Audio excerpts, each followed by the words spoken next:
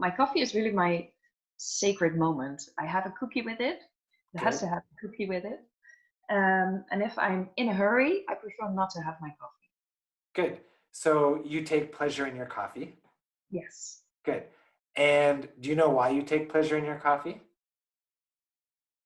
because it's really good and everything that is good needs to be enjoyed.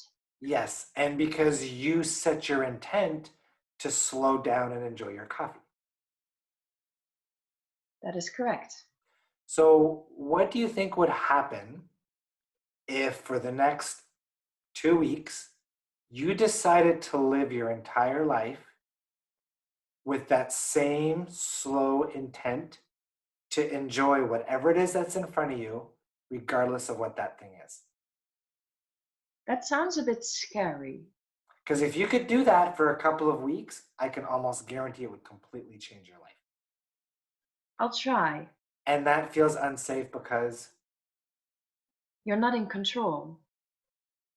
and I believe that I'm not in control because, Life happens to you. and life happens regardless of whether you plan or don't, right? Yes, that's true. And would you agree that this would be called surrendering? Yes, but that sounds really scary to me. So when you surrender, you're not giving up control, you're giving into the control that you already have, which is being exercised by your inner being. Okay. So you can control, or you can let your inner being control. Who do you think would be the better controller? Oh, I have an angel and a devil on top of me at the moment.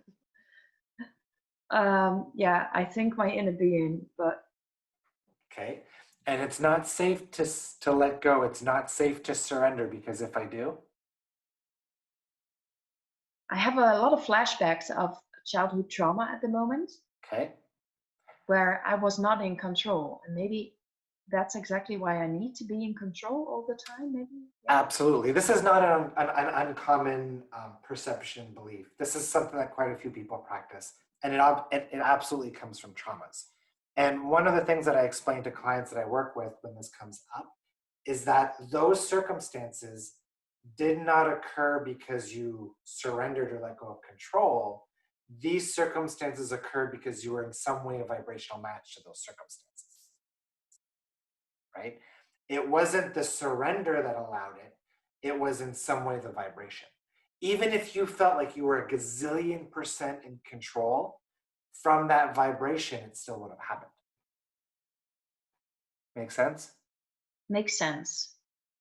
Is it weird to think that because you were a child, you were able to match to the vibrations of the adults around you?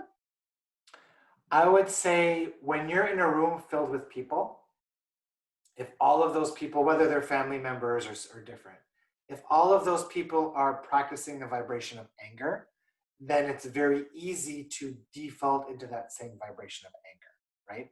Or anxiety. Most people who have anxiety, it's typically either a trauma that occurred that created that anxiety or a family member that they grew up with who had anxiety and kind of the child picked up on those habits that the parent had, right?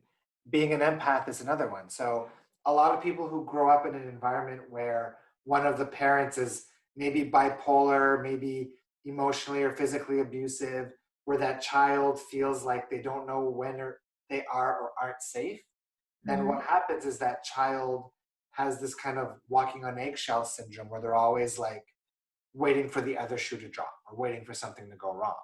So what happens is those people typically develop being an empath because as a child, they're always emotionally trying to feel out where that parent was to know whether they were safe or not.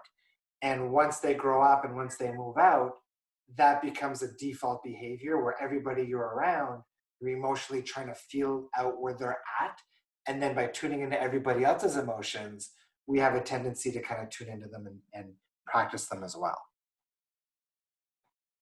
Interesting. So that was a very long answer to a Yeah. simple question, but the answer is yes. We, especially the people who are around frequently, we do have tendencies to pick up what they have going on.